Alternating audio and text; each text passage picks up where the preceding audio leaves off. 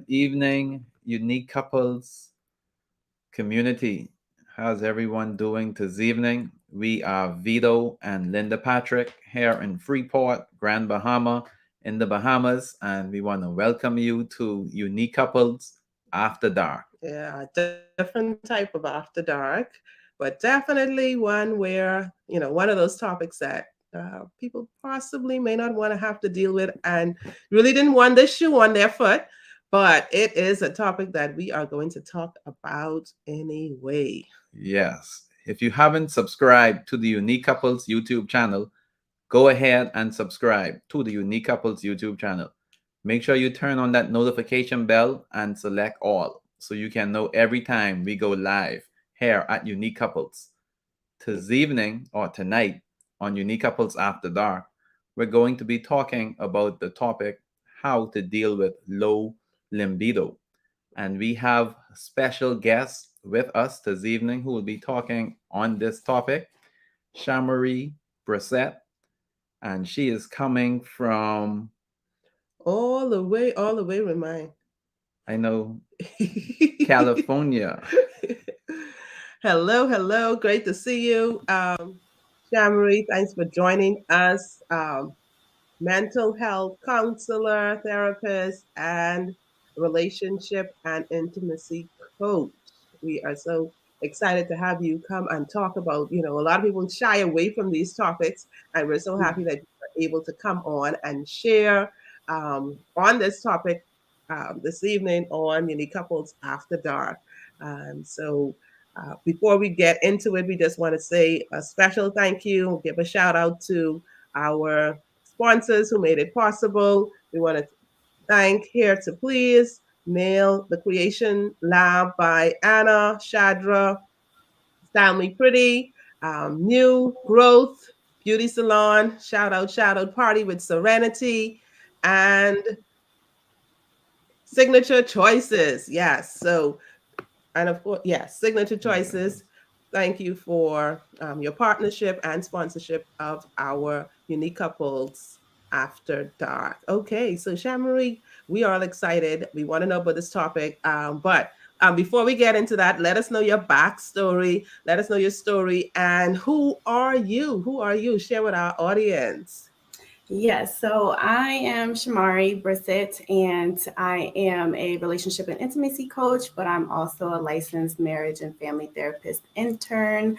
And I recently moved to Vegas, so I'm in Vegas, Nevada. With therapy, which I have been doing for almost 10 years at this point, with therapy, you can only see clients that are located in the same state as you. And so that kind of limits my scope as to who I can actually help. So last year, towards the end of 2021, I actually started with the relationship and intimacy coaching, because with coaching, I can talk to anyone, anywhere, doesn't have to be in the United States even. So it just gives me free range. And I wanted to do this because of my own testimony. So trigger warning for people who are sensitive to sexual assault, but I was raped when I was 17, and that really impacted the way that I experienced intimacy and closeness when I was pursuing my romantic relationships.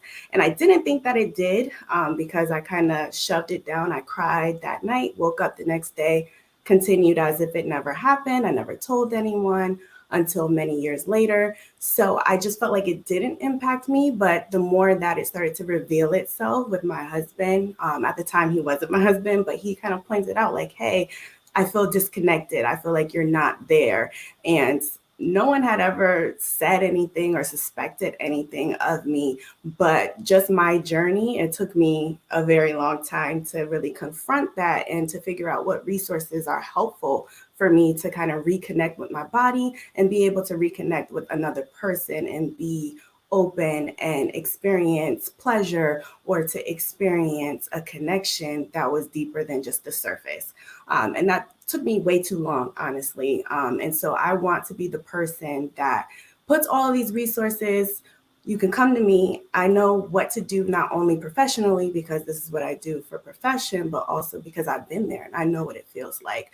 So that's kind of my goal, is to help women who are like me, who are maybe suffering or struggling. Maybe you don't necessarily know the impact that it has had on you, or maybe you just don't know where to go and you feel like this is just my reality. It doesn't have to be. Yes, awesome, awesome. That is, yeah, it was a whole lot. So, we have and we face, and people face so many different issues, in marriage, and even before that.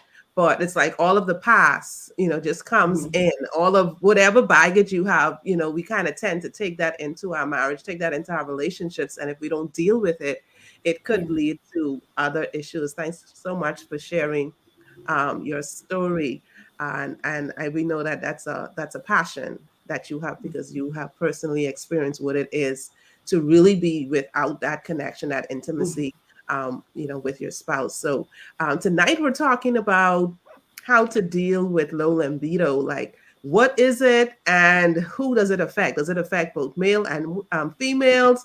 And how can couples actually deal with this if they're facing this in their marriage? Oh yeah, absolutely. I think that libido, it impacts everyone differently. So we're all like, all of our bodies are different. So like everybody is different. Literally, your body is different from the next person. So it's gonna vary. So I know that we say like there's norms and like what's considered like average, but literally every person's different. So what may be considered low to one person might be normal to me, and that might just be how I am and how I'm built. But typically, when we are discussing whether something is a problem or not, is when it's causing issues for you. It's unpleasant for you, and within the context of marriage and or your partner. So maybe I'm okay with having a low libido, and maybe I have sex once a week, and that's sufficient for me. I feel satisfied. I'm great. But my partner, he wants to do more. So for him, that's unpleasant. That's Right. not satisfactory. So that's something that we would consider not necessarily a problem, but something that needs to be negotiated and something that needs resolution. So it happens all of the time, and for different reasons too. And I would definitely get into a lot of the details, but it happens to a lot of people, especially in long-term relationships, because typically this is what happens over the term of a long-term relationship. Usually in the beginning, the honeymoon phase, everyone's doing everything all the time as much as you can. But the longer that you're with someone, it's just not reality. It tends to kind of slope off a little bit. Yeah, so the issues kind of reveal themselves mostly, after the honeymoon stage, Hmm. after the newness wear off. Okay, okay. Hmm. Awesome, awesome. Yeah, so you could go ahead, let us know exactly what, more about it, and then exactly what couples need to do to actually deal with this issue if they are having a problem. Right. Okay. So then I do want to go ahead and share my slides. And I have two screens. So if I'm looking like cross-eyed, it's because I have to look at the screen sometimes to make sure I'm catching everything. Okay, can you see it? Yeah, I see it. Okay. Alrighty. So how we deal with low libido in marriage. So what is it? So libido is your sexual appetite or your sexual drive, your desire for sex. And typically it's influenced by your brain function, your hormones, but also learned behavior. So it's something that's biological, like I said, your body, the way that you're made, what goes on internally, the hormones that you have, but also learned behavior can be contributing to this. And I put this up here because these are the sexual response cycles, and this is kind of the evolution of it. So in 1966, Masters and Johnson, you may have heard of them. They're kind of like I guess the front runners, the first people to really innovate in the sexual realm, is to really like study humans and sex. And there was a TV show about it, so a lot of people know about them. But what they studied and found is that typically humans, we follow this sexual response cycle. So we go through excitement. That's when it's sparked off. That's when we're interested. Maybe like you feel horny, you're interested in having sex. Plateau, like once you start going, it's kind of when you kind of level out. Then you have an orgasm. I think we all know what that is, even if we've never had one. We know it, we know. And then from there, resolution. So like you kind of come right back down after your body kind of like flushes with that euphoric feeling and all of the nervous responses that your body goes through. You shake, the increase in the heart rate, the change in your breathing, all of that comes back down to normal afterwards. And they found that that's typically what happens. And I feel like that's pretty common for a lot of people, because obviously, like I said, your body, your biology, whether you have medical or physical conditions, sometimes medication can impact that, your hormone levels, all of those things determine what your libido is at any given time. But over the years, as we continue to study, we also have found that that's not the only thing that impacts libido. Libido is impacted by so many other things that have nothing to do with your biology.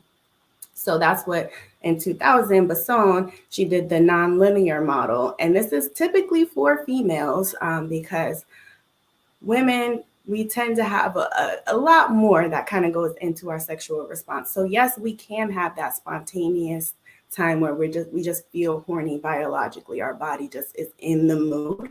But a lot of times there's other factors that go into it. So down at the bottom, you see I put in mental health concerns and stress, relational issues.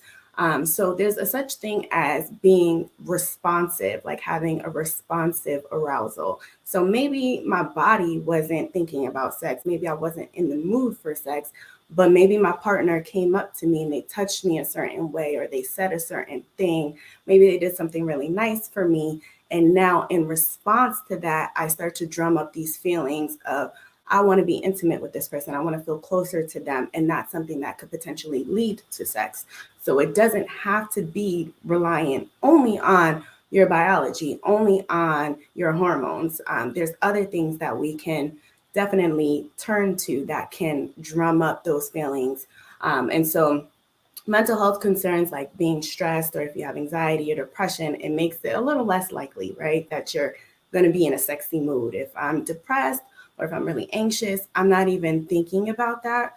And so all of those things should be considered when it comes to libido. So it might not be that I don't want to be attracted to my partner. I don't want to be sexual with my partner. Some of these other things may be going on. Maybe my medication that I just started is impacting me. Birth control even can impact libido. There's so many things that can be impacting it. So I just wanted to make sure that we covered that so that you kind of understand, like, sexual response. Yes, it can be spontaneous, but sometimes it's a reaction to something else.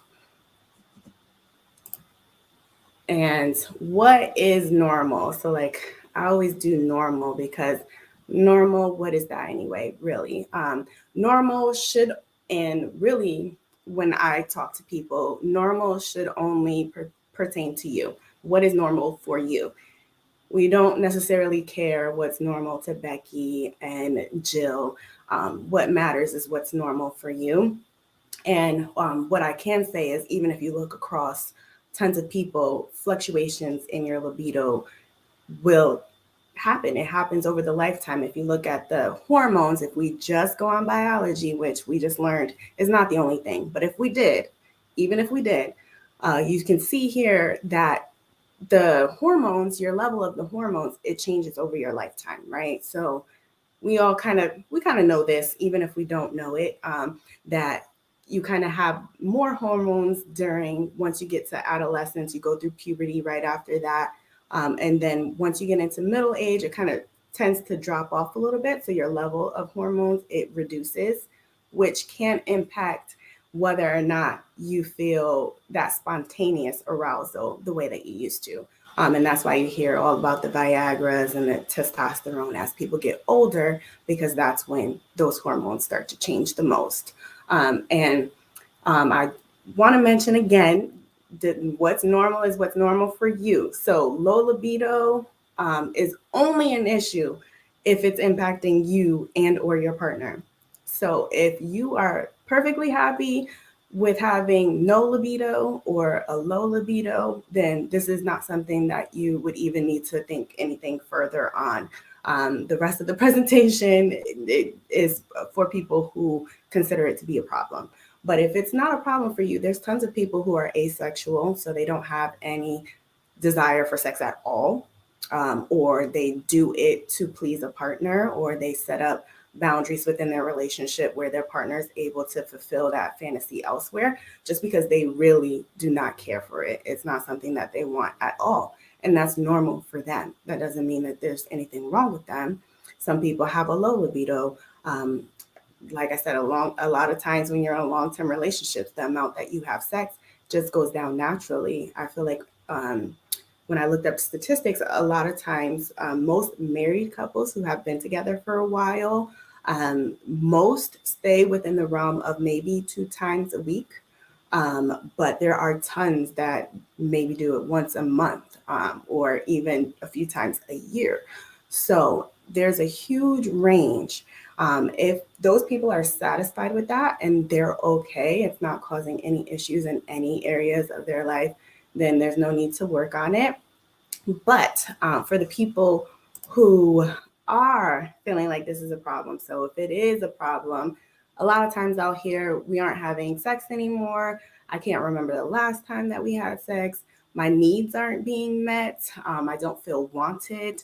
There's always an excuse. I can't be in a sexless marriage, or I consider cheating. So, like, these are indications that clearly this is a problem.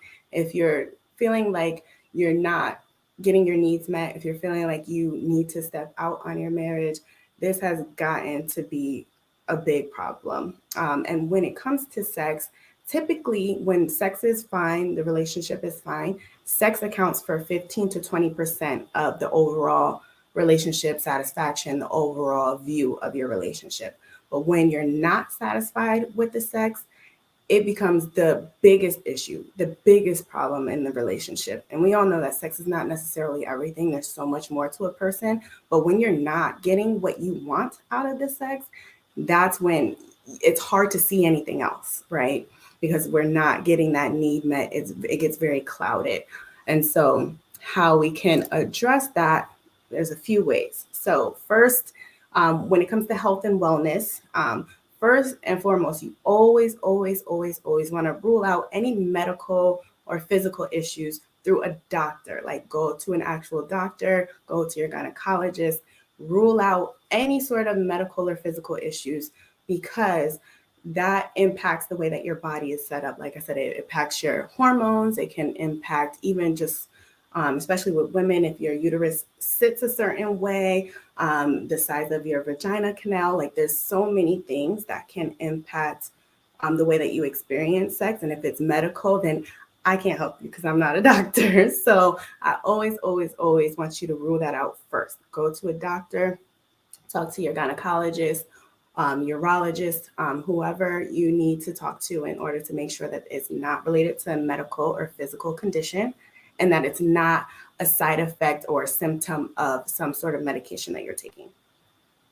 Once we rule that out, then we can start to go down the list of the other things. So definitely exercise and physical activity can help to increase your libido. So when you work out, there is an increase in testosterone, which we know testosterone definitely can help with your sex drive. So getting more physical, even if it's just kind of taking walks, even if you do 5 to 10 minutes a day. I know a lot of people say, I don't have time for that. You have 5 to 10 minutes, whether that's when you take a break from work or in between doing one thing or the other, you have 5 to 10 minutes. Even if it's when you are brushing your teeth, you can do some squats or some jumping jacks. There's always a way. And so increasing your physical activity in any ways that you can. And if you can do it together, that's even better too, because that's a bonding activity, something that builds intimacy when you share experiences, you share time. And then there's also getting good sleep. Sleep impacts our whole being. If you're extremely tired, it's just like being heavily intoxicated or under the influence. We just don't function well. And typically people, they get very irritable And so if you're grumpy and you're irritable, you're probably not going to be very welcoming or very warm to trying to be intimate with someone. And then nutrition. When I say nutrition, I mean all types of consumption. So the types of food that you're eating. So if you're eating a lot of junk food, a lot of food that don't have a lot of nutrients that are good for the body and strengthening the body, then that can definitely have a negative impact. It also can make you smell differently. So you want to keep that in mind too, because if you have a scent to you that maybe is not so pleasant, that's not sexy either. But then also alcohol and drug consumption. So I worked in substance abuse. A lot of people say that it helps them to perform or it helps them to relax. They've never had experiences where they haven't utilized any sort of substance. And so I understand, I sympathize. However, abuse of substances or drugs or anything like that definitely can also impact your libido and your desire. And then beyond that, even if you are able to kind of get it up and you get going, it can impact your ability to perform well. And so that's something that you want to be aware of. Um, if you want to use drugs, I don't encourage that at all, but be responsible, right? So just think about those things ahead of time. And then there's also supplements, which like the maca root, ginseng, ashwagandha. You hear about a lot of those natural supplements, other than just like the Viagra's of the world where you need a prescription. These are things that you can actually just go to the store and buy, or you can order online. But even still, even though it's like an over-the-counter thing, always check with your doctor first, just because you don't want it to interact with any medications that you may be taking, or if there are specific conditions that you have that maybe it's going to exacerbate some of those things. So make sure you check first. I'm not a doctor. I'm not giving you any sort of medical advice. That's not my ministry. I'm sorry. Check with your doctor. And continuing with health and wellness. So not only taking care of your physical body, because that's what the other slide was about your physical body, but also taking care of your health and wellness when it comes to mentally, emotionally, psychologically. So managing any mental health concerns that you have and your stress levels effectively. Because sometimes we use coping mechanisms that are destructive or detrimental, and that's managing, but it's not managing it effectively. So we want to make sure that if you need therapy services, that you're seeking therapy services, whether that's with a mental health professional or if you guys are going to couples counseling, so that you guys have someone that can help you to negotiate the issues that you may have between the two of you. Coaching services. You can find a coach that specializes in relationships or intimacy, or if you have your own specific issues, maybe with confidence or your mindset, or past trauma, there's coaches that specialize in some of those things. And then there's always the route where you can go as far as self-help. There's tons of books, tons of materials. I've done it. Like I said, that's why it took me quite a while. I did a lot of self-help. I did also have a coach. I did also have therapists at certain points throughout my time trying to heal from my own trauma. But the way that I was doing it, I was relying heavily on myself. And it just took me a little bit longer. Like sure, I can probably move a couch. If I needed to move a couch by myself, I can probably do it. It'll take me a long time. It'll take a lot of my brain power to figure out a way to maneuver so that I'm not hurting myself. Whereas if I would just ask someone to help me, I could probably move the couch in like 5 minutes. Like it would be no problem, essentially. It would be a lot easier, a lot quicker of a process. So that's what I'll say about that. You absolutely positively can do this on your own. And there's tons of resources out there that are very helpful, very credible. But it can take a while oftentimes. And then the other thing that I have here is improving your confidence. So if you do not feel good about yourself, or you don't feel good about your body, you're not likely wanting to share that with someone else so willingly. So you might need some convincing. And sometimes our partners, they don't want to have to convince us. They want to feel wanted too. They want to feel good too. And so that can put them in a tough space where they're trying to convince us or they're trying to build us up. But if we don't believe that, then we're not going to open ourselves to the opportunities. So it's very, very, very important to improve your confidence and how you feel about yourself, how you feel about your body, how you feel about your capabilities as well. So sometimes people, they feel like maybe they're inexperienced, or maybe they feel like the sex is not going to be good. But if the more that you do it, the more that you practice, the better that you can get. And there's a lot of power in finding that confidence, a lot of power in finding how much pleasure you're able to give yourself and your partner.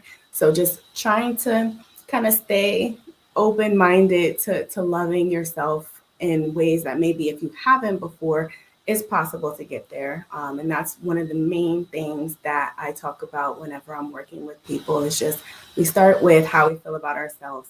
And then once we're able to kind of that, it becomes a lot easier, because if I think I'm great, now I want to share my greatness with you. I want you to experience my greatness. And then we have regional ways that we can work on improving. So you want to improve relationship satisfaction. So sometimes, and this may not be acknowledged, it may not be something that is spoken, but if I'm not happy in the relationship itself, I'm less likely to want to engage in sexual activity. So maybe if I feel like I have to do all the chores all the time, I feel like I'm your mother now, I feel like I have to tell you what to do all the time. Most people do not want to have sex with their child. So if I feel like I'm taking on a motherly role with you, I don't want to have sex. I'm not interested. I'm not happy. And so things like that, or if you're always arguing, or you feel like they don't excuse me, they don't listen to you when you're saying things, all of those things can impact my desire, my want to be closer to you. So the more that I'm able to resolve some of those issues and feel better about the relationship, the more that I feel excited, the more I feel happy and fulfilled within the relationship, the more I want to fulfill my desires and my partner's desires. Building intimacy. So intimacy is beyond sex. It's not just sex. Intimacy is any closeness. It's feeling close to someone. It's feeling familiar. So that can be emotionally, it can be spiritually, it can be intellectually, and it can also be physically. There's a lot of different ways that we can build up intimacy. But one of the main ways, or a couple of the main ways that I tend to recommend first and foremost, is sharing time together. So sharing experiences together, doing something, especially if it's a team building activity or something that you're both doing for the first time. Those things allow you to bond. I also encourage people to share information, share secrets, different things about yourself. If you think about it, my best friends, I feel closest to them, they know the most about me.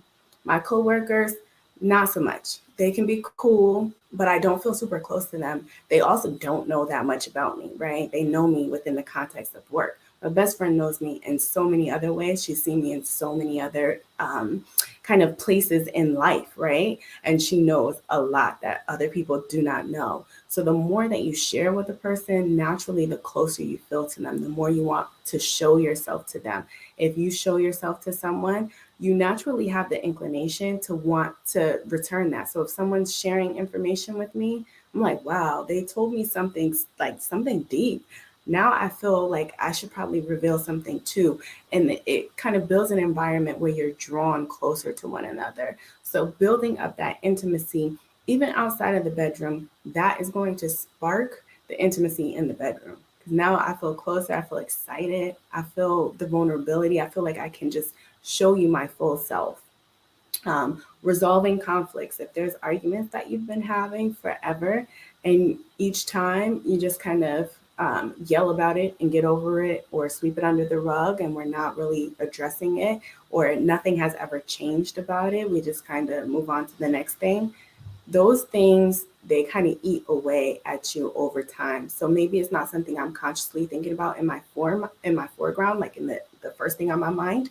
But as soon as something triggers, I'm going to bring it up, or I'm going to feel, And that if I'm carrying it around with me, it doesn't allow me to break that down. It doesn't allow me to break through and get closer to you because I'm holding a resentment, even if it's not something super serious. So like I tell you to make sure you wash out your dish and you never wash it out at the end of the night. Every morning I wake up to the dish. That's something that's gonna bother me, right? So those small things can become bigger and bigger when it's not resolved. So like you did it last week and now you're doing it again. So it just adds on top of one another. So we want to make sure that each time that we're having a conflict, which is normal, conflicts happen. You're not going to agree on everything. We're different people. It happens. But we want to make sure that we're reaching a resolution. We have a conclusion, some sort of end to this conflict so that it's not something that's carried over and then just added on and added on and added on. Another thing, improve or increase communication. A lot of times, especially when we're going through things with our partner, our communication may drop off. It becomes more tense, or maybe we don't talk to them at all. We're very short with them. Maybe we have an attitude problem with them, right? So if we're continuing with that communication that doesn't allow a feeling of closeness, that doesn't make me want you anymore, if we're not talking, if we're not even making eye contact, a lot of times when I know for me, whenever I'm in conflict, I don't even want to see the person, right? Until we're able to resolve it, until we're able to get through it, right? So I get very frustrated. And so you have to be talking about that. What is your response? What is it impacting for you? And how can we reach a resolution so that we can both be done with this, right? So we can move on and begin to come back together. And then also recalling the things that you did together before, like what drew you to this person before, because like I said, usually in the beginning, we're in that honeymoon phase, and any moment we can, we're trying to pull the person closer. We're trying to have sex as much as we can. Like, what was it then that you loved the most? What was it then that you guys were doing? What was exciting? What was thrilling? And trying to recreate some of those things, but also remembering what those things were so it can remind you that even if we do have our issues sometimes, or even if maybe sometimes we get super busy and we're not having sex, that doesn't mean that I don't want to. Let me remind myself of who this person is and how I feel about them. And we can get back into that same mood, because there's no reason why the honeymoon phase can't continue. You can still look at them dreamy eyed. You can still make time for sex. You can still make time for that intimacy. And then the last thing I put here is being open.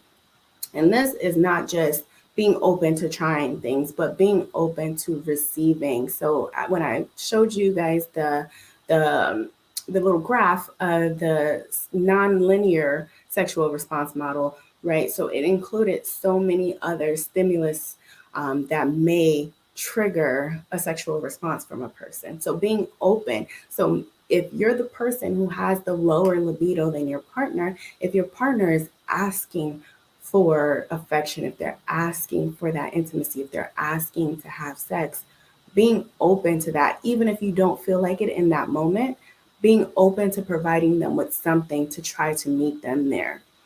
So sometimes we kind of shoo it off. I know I've done this before, and I hadn't even realized that that's something that I was doing, just because my mind is not there. So I'm not even thinking that. So I'm not even thinking that I'm telling you no either, just because you try to touch my butt and I go like this. So it's something that you have to be super aware of and try to remain as open as possible, because that could be sending a message to them as well. And then the more sexy stuff.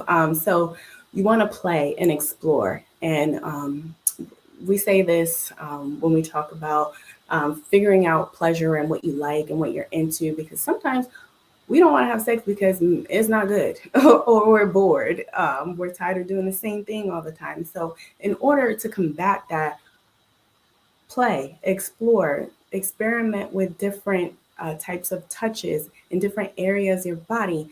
If you see the graphic here, this is common erogenous zones. So these are the pleasure points or usual ones, right?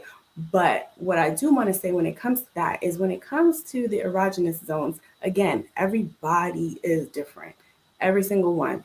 And a lot of times I feel like we're in this box of what we feel like sex is or should be. And sometimes that limits us to the amount of pleasure that we're able to receive, right? So if I'm the type of person, I really love elbow play. Like I need you to play with my elbow. You see here, it's not on the erogenous zones, right? And it's not something that people consider to be like a sexy body part. So if I really benefit from having elbow play and you never ever touch my elbows, I'm not getting the pleasure that I could be getting, right? So this is why I encourage you to explore everything, every body part, every place, every type of touch, type of kiss, caress, um, experimenting with different temperatures, different sensations, because you never know. Like you don't know until you try these things. And if you don't like it, don't do it again. Like it's really that simple. Like try things out. If you hate it, scrap it, and then you might find that you really love something that was so out of the box, out of your thought, that you would have never even experimented with it had it not been for me telling you to go play and explore different things right now. And then aside from that, expanding foreplay. So especially for women, we know women take a little bit longer. And so if foreplay is lasting for 2 minutes or 5 minutes, and it takes her 20 minutes to kind of warm up, and you're not doing 20 minutes worth of foreplay, then that can be impacting her desire as well. So expand foreplay, make it last longer. It's okay to slow it down and incorporate more things in order to see if that has any impact on desire later on. Because I noticed that typically, you know how they say once you pop, you can't stop. Once you get into the motion of having sex, it motivates you to want to do it more. Once you kind of get that hit of the happy hormones, of everything that gets released, you want to do it more. And so once you start get going with these things, you might find that it naturally increases your libido. But then also, like I said, sometimes we get bored, so trying new things, different positions. Sometimes we can get into a routine. We're gonna do missionary, and then you flip over, and then the end, right?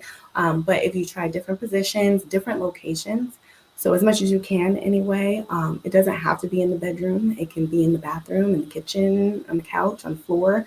Um, Anything really, like you want to get creative, try different times of day. So naturally, most men are most aroused in the morning just because that's when they get the spike in their testosterone. That's not necessarily the case for women. So sometimes there's that difference there as far as time of day. So you want to try to do things if you can at those different times. So maybe in the morning, but maybe if you can in the middle of the day or in the evening time after work, before bed, after you shower, whatever, just experimenting with those different times to see what it is that feels natural for you and what feels most exciting. Because, like I said, your hormones do change, not only throughout the lifetime, but throughout the day. So you might notice that maybe you just are more excited in the middle of the day. So maybe you need to meet up for lunch or something like that so that you can start to get it back. And then adding toys in addition, so toys and playthings are definitely teammates. They don't have to be, oh, you shouldn't need that. You got me. I know sometimes people have that attitude, but it's something for both people to enjoy together. It adds excitement. It adds something new to experiment with. So adding those things can definitely um, get things going a little bit more as well. And then also just prioritizing it. So I mean that should have probably came first. Like you need to prioritize your relationship, prioritize your intimacy, and prioritize your sex if this is something that is important for you. So like I said, if this is a problem, then it needs to be a priority on your list as far as making it so that this is not an issue for you anymore, right? So whether that means scheduling it on a calendar, setting an alarm or something, that's fine. That shows that you're taking it seriously and that it means something to you, right? It doesn't have to be spontaneous. When you first start dating someone, it's not that spontaneous because you have to call them or text them and say, hey, can we go out? on Friday, right? So now ahead of time, I know Friday we're going to go out. Or even if you have like a situation where you're just having sex, and you have specific times that they call you, like, hey, are you up? Can we meet up? Like, they plan it out ahead of time. So now you know that they're coming. So maybe you're going to get yourself in the mood so that you're ready for when they come. Same thing when you're in a long term relationship. Take that same time, that same effort that you used to put in when you were first dating or first finding out that you were interested in someone. Take that same time and energy and put it into this relationship now. So, planning dates out, planning evenings for sexy time, and don't always place necessarily very strong expectations on it. There's ways that you can be flexible. So if you schedule out a month ahead of time and something comes up, if you're going to cancel or change the day, make sure that you are scheduling something immediately to replace it. Or if you're maybe your time of the month came at a different time that maybe it never came before, and so it kind of messes with your plans. If you guys are not comfortable with period play, then you want to go ahead and find other ways to still be sexual or still close, so that you're still experiencing one another, so that you're keeping your commitments. So there's ways to do it. You just have to make sure that it's something that's important to you and that you're both committed to it. Right. And then the last thing, if you try all these things and something's still not clicking, it's still not working out for you, then you ask for help. Like I said, I could probably move a couch by myself, but it's just way easier if I have somebody else help me, right? So self help, like I mentioned, it's totally possible. You can do it. There's books, there's articles, there's courses. I have a course. It's the Better Sex Guide to Confidence, Satisfaction, Orgasm, and Orgasms Without Faking. So if you need a course or something like that, there's some good ones, absolutely.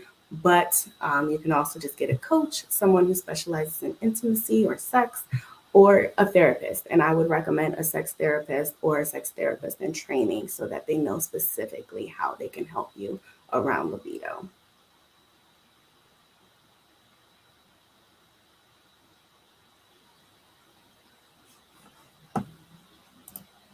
And that is all that I have.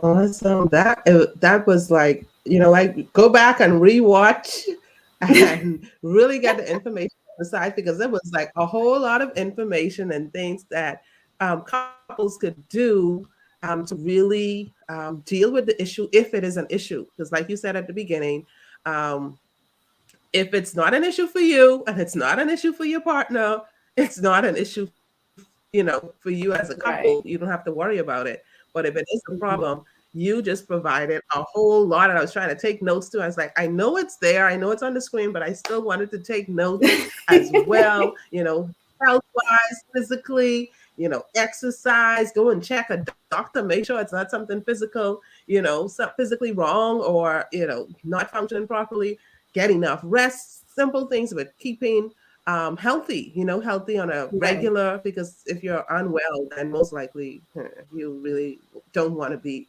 or won't be Right. interested in having sex. So we have to take care of our bodies, getting enough Mhm. rest, Yeah. yeah, So that's the so thing. so that's one of the questions that came in. And I think we know the answer, but we probably want to hear it from you. How important is getting enough rest? What are the benefits of getting enough rest when it Mhm. comes to sex? So, like I said, it's very much like you're doing a drug. So, like, just like with driving, they tell you don't drive if you're tired, because you cannot like think your higher level functioning. Like when your body goes into a stress response, which is what happens when you don't get enough sleep, or when you're in danger, or when you're afraid, or you're anxious, your body goes into a stress response, and your body can't tell if you're about to be attacked by a bear, or if you're just tired, or if you're just stressed. Either way, it's going to react the same way. So it starts to shut down your higher Mhm. level functioning. So our ability to think critically, our ability to think clearly and make good, rational decisions, all that goes out the window. So if I'm not thinking clearly, I'm not likely to be in the right mind space to even want to interact with people appropriately. So a lot of times, like I said, you get irritable when you're tired. People are grumpy. They are not nice when they're tired. So if you're not Mhm. nice and I want to have sex with you, you might respond very negatively and I might have a reaction to that, and that can cause just a greater issue, or even just your body Yep. physically not allowing you to become aroused because it's so tired. If you're about to get attacked by a bear, it's not evolutionarily safe to be horny. Like it doesn't make sense that you would be horny if you're about to die. So your body, it doesn't work that way. So you need to get sleep. And sleep varies for different people. Some people are good on 6 hours, some people need 8 or 9. But making sure that you get a sufficient amount of sleep for what's normal for you is very, very important. Yeah, that's a thing. I think a whole lot of us, we need to definitely pay attention to that sleep, because we could get so busy with, living our lives and working and doing so many things that, we're thinking we're working together, or we're building this business, or we're working to get certain things for our families. But then at the end of the day, you're so exhausted that it leads to more issues, and definitely issues in the bedroom, which leads to more issues. It's like when you're not getting enough. You said it earlier, when you're not getting enough sex, then hey, it's like you can't see anything else. Even though we say sex is everything because of other things too, but sex is everything when everything is in place, right? Yeah. So that was Yeah. definitely good. And then the ginseng and all the different Supplements, yeah, vitamins and supplements and supplements. stuff, Hmm. that was also a great addition. So yeah, so everyone who is watching, go ahead and let your friends know, let a couple know that they can definitely get a lot of practical tips and ideas and things that they can try. Of course, they go and consult their doctor to make sure that they are keeping it real and having fun and enjoying each other in their marriage. So definitely trying the new things and positions and prioritizing sex. So we definitely um, have a lot to go and try and do, because Hmm. our marriages matter. Our Oh, relationships matter. Our absolutely. marriages matter, and sex is a big part of it. Well, sex is a part of it. Oh no, it Yes. Any definitely is. final It's words? important. We also want to. Yes, because it's like if sex isn't a part of it, then it's like you're just roommates. And if you're fine being roommates, that's okay. But if Hmm. someone is a roommate and someone wants to be more than a roommate, then we have a problem. Right.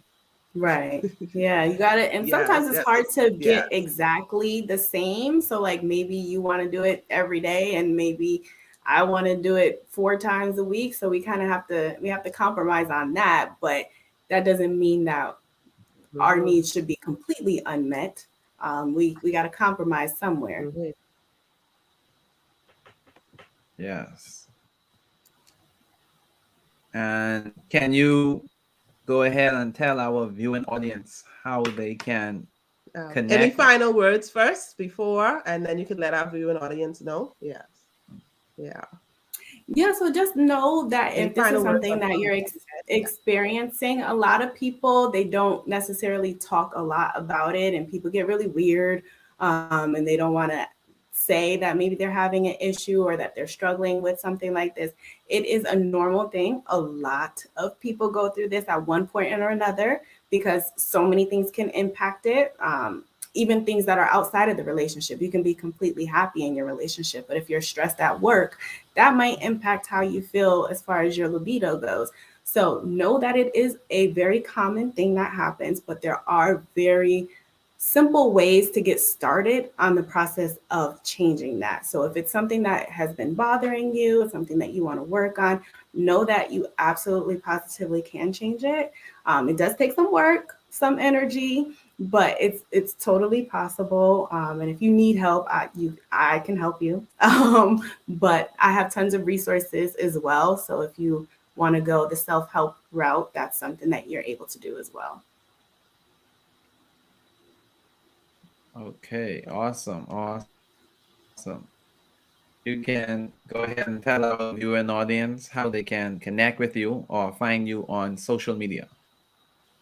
Yes, so I stay primarily on Instagram, and my Instagram is Shamaree LAB, so lab, Shamaree Lab, essentially. And there, if you do follow me on Instagram, I do weekly lives where I answer questions about relationships and intimacy. So if you're looking for some free stuff, I do have that. I also have a few other freebies because in my Instagram bio, there's a link. My link is the Easy Tree, which has all of the things that I offer, has all of my freebies, and all of the ways that you can contact me. So it has all of my other social media linked at the bottom. I am going to be doing a lot more videos, a lot more information, especially when it comes to sex and intimacy, just because that's something that a lot of people stray away from talking about, and I'm okay with it. So, so if you're interested in anything like that, you need some help tips, definitely follow me on Instagram so you can get my Easy Tree and see everything that I offer there. Awesome, awesome, definitely. That is great. So, you heard it, relationship and intimacy coach. You can go ahead and connect. You could go ahead and connect with Shamaree and I know I said that incorrectly. Shamaree. Shamaree. Mary, yes, okay.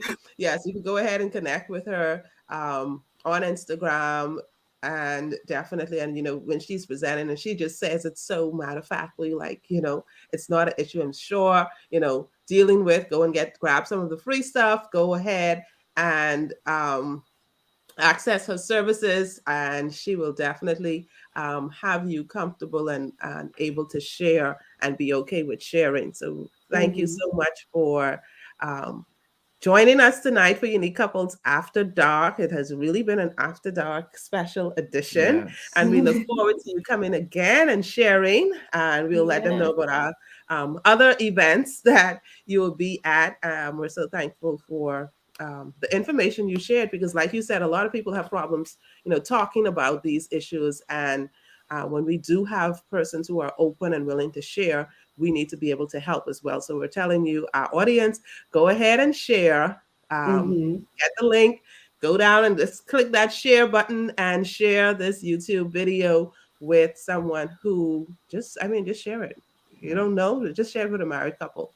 Yeah, Yeah, you're not you saying never that they know. have Your problem. You friends just might want be the to. one who needs it. Yeah, absolutely. Share it.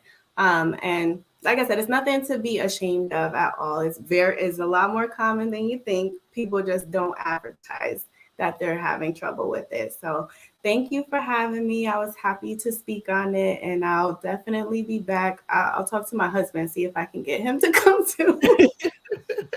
Awesome, awesome. At Unique Couples, we just love having different couples from all over just coming to share their unique experiences, because we know that each couple is different. Thank you for joining us, Kathy and Henrietta and Gia, and all of you who joined us live. And then for those of you who will, and Alta Marie, join and catch the replay. You have any questions, go ahead. You can email us at uniquecouplesrekindled@gmail.com. And of course, don't forget, we have our How to Strengthen Your Marriage challenge going on. So if you are not a part of the How to Strengthen Your Marriage Facebook group, you need to go in there so that you could be a part of the challenge. It's all free. Go ahead and be there. And once you go and connect to the Facebook group, register to receive the How I Love Tracker, because we will keep you on track help you keep track of how you love your spouse on a daily basis. So get that free tracker, and that will give you a week or two of definitely boosting up the intimacy and sex in your life, communication as well. So go ahead, join us in the How to Strengthen Your Marriage private Facebook group. Um, yes, and enjoy connecting with your spouse on a different level. You have to be a part of that challenge. People have been a part of that challenge and they have seen tremendous growth and difference in their relationship. So be a part of that challenge. Join us in the How to Strengthen Your Marriage Facebook group. And any other announcements we have? Well, this coming Sunday, right here on the Unique Couples YouTube channel, will be our Sunday night live, 6 p.m. Eastern Standard Time. We have special guests from Nassau, Bahamas, Manasseh and Kensuke Sims. They're going to be talking on their story, Stronger Love. So you don't want to Mm-hmm. miss it. Sunday, 6 p.m. Eastern Standard Time, right here on the Unique Couples YouTube channel. So you can catch us here Sundays at 6 p.m. Eastern Standard Time and every Wednesday at 9 p.m. Eastern Standard Time. So we love sharing. See you again, and then definitely see you in the club. Go ahead in the How to Strengthen Your Marriage group. Go ahead and register today. Yes. So once again, we just want to thank Shamaree for taking time out of her schedule to share with our community this evening. We enjoyed it, and we look forward of you coming back again to share with us here on Unique Couples. So here at Unique Couples, we are building stronger marriages, we are building stronger couples, healthier marriages, and happier families. All the time. We love you guys. Enjoy the rest of the evening. Have a great week. We'll see you on Sunday, 6 p.m. Eastern Standard Time for Unique Couples Sunday Night Live. Have a great evening. Bye. Bye.